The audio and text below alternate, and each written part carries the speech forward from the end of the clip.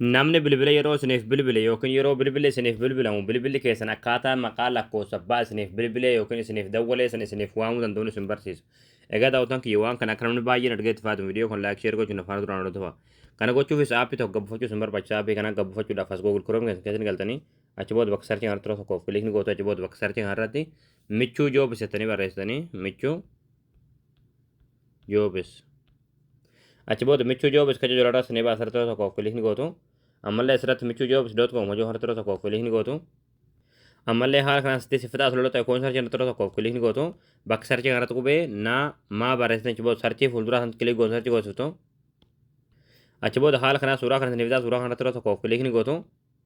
Achi booda aappicha gabbifachuudhaaf sirna ulfaa gaddeemtu ulfaa gaddeemsa manumaati. Achi booda dhumarratti qalam diimaadhaan kan barraa yaappii as tuqaa buufadhaa akka jalatti daawulood kajee turtii daawuloodii taasisuttaniiti aappii kana bilbila keessatti gabbufatanii achi booda ammallee kinoo haala kanaan asitti sinifitaa asirratti yeroo tokkoof kilikni gootu.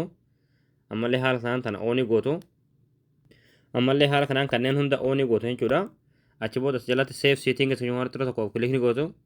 Egaa haala kanaan siitingi kana oonii gootu jechuudha.